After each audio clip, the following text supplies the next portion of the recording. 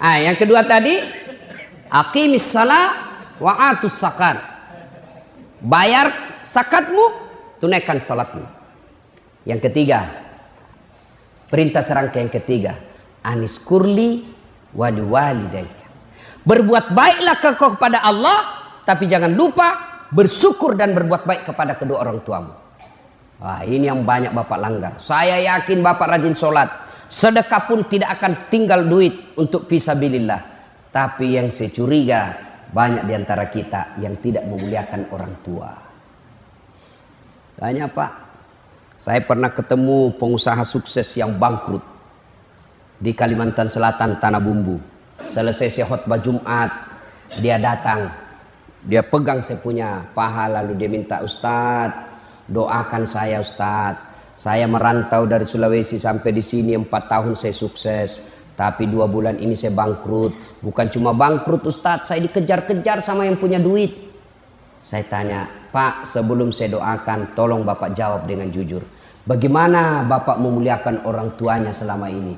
Oh, itu dia Ustadz, semenjak saya merantau memang saya tidak pernah pulang kampung ketemu orang tua. Saya bilang, hatam, tidak usah panjang cerita, itu penyebabnya. Adik-adik, kalau mau sukses, setelah perbaiki sholat, muliakan orang tua. Sayang 1000 sayang anak-anak kita sekarang Pak, sama pacarnya luar biasa sopannya. Ditelepon sama cowoknya, Dek, iya Kak, terserah abang aja deh, saya ngikut aja mana yang terbaik. Dongo. Tahu dongo? Beleng-beleng. Tahu beleng-beleng? Dongo. Tahu dongo? Ya, beleng-beleng. Apa itu? Kata Rocky Gerung, dungu. Coba lihat anak-anak kita Pak. Taat betul itu kalau cowoknya yang kasih tahu. Tapi kalau orang tuanya dibantahnya tidak pernah masuk di akal. Mau bukti? Anak-anak kita lebih hargai cowoknya daripada bapaknya. Mau bukti Pak? Bapak nanti kalau pulang periksa wallpapernya, HP-nya anaknya yang gadis itu. Kira-kira siapa yang jadi wallpaper anak kita? Siapa? Fotonya bapaknya. Siapa? Ada saya lagi mengajar ujian Pak di Unhas. Saya lagi keliling. HP jangan di kantong, simpan sudut kanan meja. Saya lagi mengawas, tiba-tiba di HP sudut kanan ada cewek. Wih, cakep betul cowoknya, bersih putih. Saya bilang, Dek, cakepnya cowokmu. Saya lihat-lihat, enggak imbang rasanya ini. Langsung dia bilang, bukan cowokku itu Ustaz. Oh, siapa ini? Lee Min Ho. Siapa itu Lee Min Ho? Artis Korea. Oh, ini artis. Iya Ustaz. Kau dikenal? Tidak. Pernah dikirimi pulsa? Enggak. Pernah di miss call? Tidak. Beleng-beleng. Masa itu kau enggak pernah kau kenal, enggak pernah dikirimi pulsa? Kau simpan di situ gambarnya bapakmu ke situ. Ganti tuh fotonya bapakmu simpan. Tunggu dulu Ustaz. Dia carilah fotonya bapaknya. Tunggu dulu Ustaz, tunggu dulu. Sudah terhapus semua Ustaz. Ini anak-anak kita sekarang. Maka jangan heran anak kita S1 susah cari kerja. Karena tidak dapat kerja dia lanjut S2. Makin susah cari kerja. Salah satu sebabnya karena kuliah tidak menghargai orang tuanya. Tidakkah kita sudah belajar dalam agama kita? Ridallah fi ridal walidain, suktillah fi suktil walidain. Coba lihat anak-anak kita sekarang Pak. Ngeri Pak, tidak ada lagi sopan santun sama orang tua. Bapaknya sepertinya dianggap kawan. Kita dulu ketemu sama bapak, lihat matanya aja kita kadang sungkan. Bapak pelajari itu yang namanya tadi Al-Fatih, ya, itu tidak pernah berani tatap matanya bapaknya. Ketemu bapaknya tunduk terus karena memuliakan orang tuanya. Sekarang anak-anak kita, coba lihat saya zaman kecil, jangankan bicara kasar sama orang tua, memotong bayangan ketika ada tamunya bapak itu di ruang tamu, tidak boleh kita lewat-lewat. Dianggap kita anak yang kurang ajar. Makan, zaman saya kecil, makan, bapak saya petani, mau makan, kata ibu saya, jangan dulu, belum datang bapakmu, dosa kau kalau sisa kau kasih bapakmu. Masa sudah dari mulutmu kau kasih bapakmu. Begitu kita muliakan orang tua. Sekarang anak-anak makan, dia habisi Pak. tinggal kuahnya disimpankan bapaknya. Yang ketawa, oh, ini anak-anak kita sekarang bingung saya lihat. Makanya jangan heran hidupmu tidak akan dapat kebahagiaan. Coba lihat orang-orang yang sukses. Salah satu biasa resep hidupnya, mereka memuliakan orang tuanya. Itu model kita. Lain lagi Pak yang sudah berkeluarga. Modelnya apa? Lebih sayang sama istrinya daripada orang tuanya. Masih baik kalau ini lebih takut. Bu, ini ada duit lebih, kirim ke bapak ya, 2 juta lah. Lama kita tidak pulang kampung. Ini 2 juta untuk orang tua kita di kampung. Dengar istrinya, langsung istrinya bangkit. Apa? Bapakmu, itu anakmu. Langsung dia bilang suaminya, ya terserah deh, tidak jadi. Ada di sini takut sama istrinya? Ada laki-laki di sini takut sama istri? Berhenti jadi laki-laki Pak. Apa mau takut sama istri? Nah semua gaji kita diambil. Coba lihat itu istri. Semua gaji kita diambil. Bajunya kita yang belikan. Lipstiknya pun kita yang belikan. Sampai duit itinya pun kita yang belikan. Masa mau takut sama istri? Jadi Ustadz tidak takut sama istri. Ngapain saya mau takut sama istri? Cuma istriku lebih berani dari saya.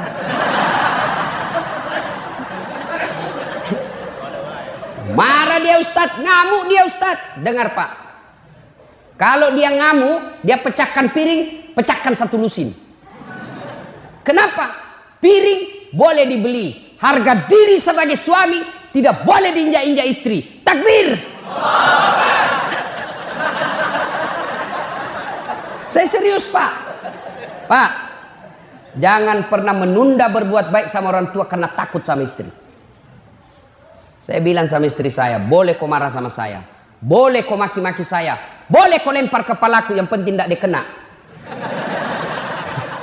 Satu yang tidak boleh, jangan pernah saya dengar di telinga saya kau hina orang tuaku. Begitu kau hina orang tuaku, tidak ada maaf.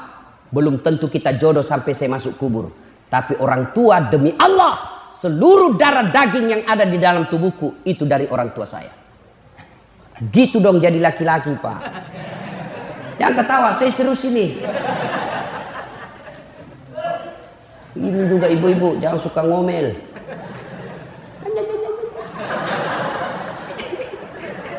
Hei bu, ini suami tergantung ibu.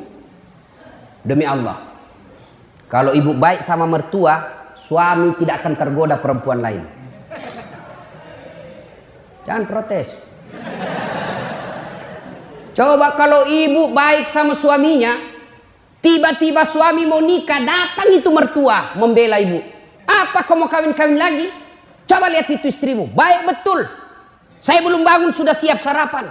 Datang saudaramu semua dihormati. Kamu tidak pernah dihina, ngomongnya tidak pernah kasar sama kamu. Apalagi kau mau kawin, belum tentu kau dapat perempuan lebih baik dari itu istrimu.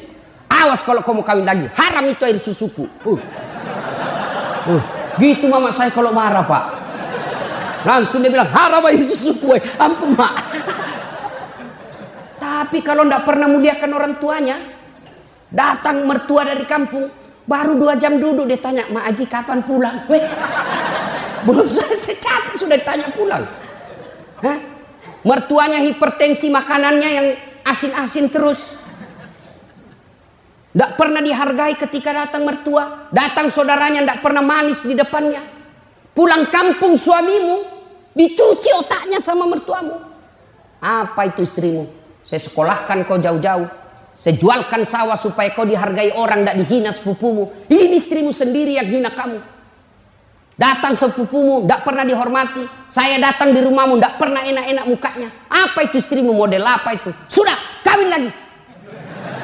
Saya carikan kamu sepupumu. Mau ibu? Makanya mestinya kalau mertua datang, ibu sujud syukur. Itu sumber keutamaan berkahnya hidup. Ya Allah, alhamdulillah kau kirim orang tua ini. Gara-gara inilah orang tua saya punya suami. Andai saja tidak ada orang tua punya anak, mungkin sampai sekarang saya masih jadi gasturi, gadis tua Republik Indonesia. Bersyukur. Hei, Bu, woi, baik-baik sama mertua. Demi Allah, rumah tangga tidak akan berkah ketika durhaka sama orang tua. Percaya Pak, muliakan orang tuamu, maka hidupmu akan berkah. Suatu kali Umar bertanya kepada Nabi, ya Rasulullah, ingin rasanya saya melihat Allah tersenyum kepadaku. Meskipun saya tahu tidak mungkin saya bisa melihat Allah mukanya di dunia ini. Bagaimana supaya Allah tersenyum kepadaku? Kata Nabi, buat ibu bapakmu tersenyum, maka Allah pasti tersenyum kepadamu. Maka bapak tidak usah cari muka sama pejabat. Lebih baik muliakan orang tua. Dunia akhirat kita dapat. Kadangkala ini anak-anak sekarang baru belajar agama 2 bulan. Itu pun melalui YouTube. Baru 2 menit habis pulsanya. Bamaknya langsung beda manhajnya. Ini bid'ah. Tak boleh mak. Sesat kamu. Saya bilang, kau belajar agama dari mana? Ibumu kau katakan sesat.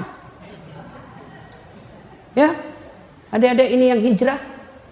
Hijrah itu bukan sekedar berbicara afwan. Hijrah itu bukan sekedar jazakallah khair.